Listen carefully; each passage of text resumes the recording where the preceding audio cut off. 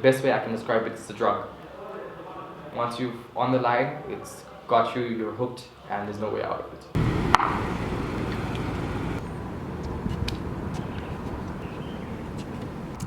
What's up? My name is Cheesy, south of Joburg, Southside for life. Rico, Southside baby. My name is Warren. I'm 21 years old. I'm a varsity college student studying law. I'm also a mechanic by passion. I've been involved in mechanics my whole life since I was a child.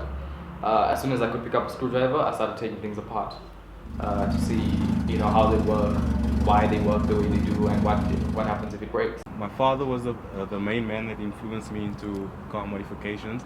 He didn't come from a wealthy background, and when he bought himself an old school Cressida.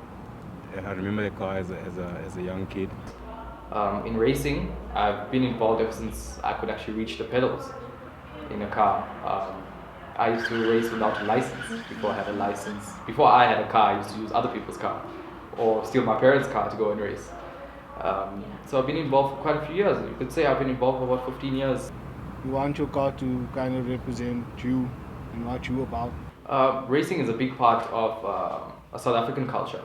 Let me put it like that. It's now developing into a point where everybody wants to get involved.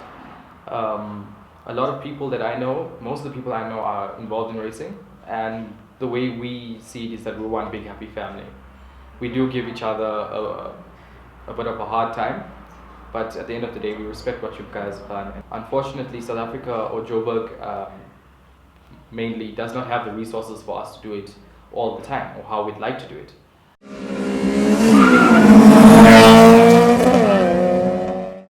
On an average night, we're getting about maybe 200 to about 1,000 people that will actually come. The people that race, we have about maybe 50 cars that are constantly racing every night. When I pull up to robots, I think the first thing that I suss out from a guy like the opponent, first of all, his car, what he's packing. You always assume that it's standard until maybe he has exhaust, or you just look at maybe he has some stickers on a modification company or group, and then you look at him himself. He's blasting some old school tracks or some heavy techno, and then like I said, I like Indian guys.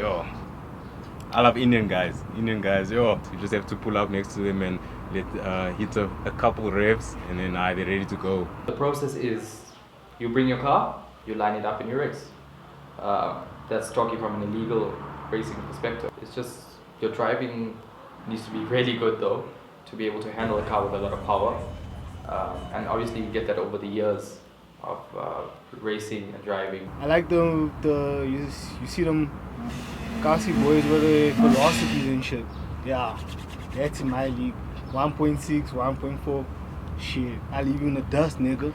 The costs are variable depending on your car and how fast you want it to go, what you want it to look like. You can do a modification from 5,000 Rand up to 800,000 Rand. Well, the extreme modification that I've done would be my interior. And I got the ox blood all around.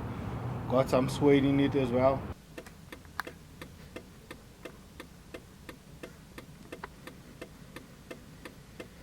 Shit, the fucking cops is a problem in general. So, but they always like to, I mean it's their job, but sometimes I feel like they like harassing you just because of the way you might look. We have a group on WhatsApp. One guy will go to that location and see if there's police there. If there is, then we move on to the next location. Police come randomly at any time. We're not too sure. There's no set times for them to come to the drag racing. But obviously they do get tip-offs from people saying that there is illegal drag racing.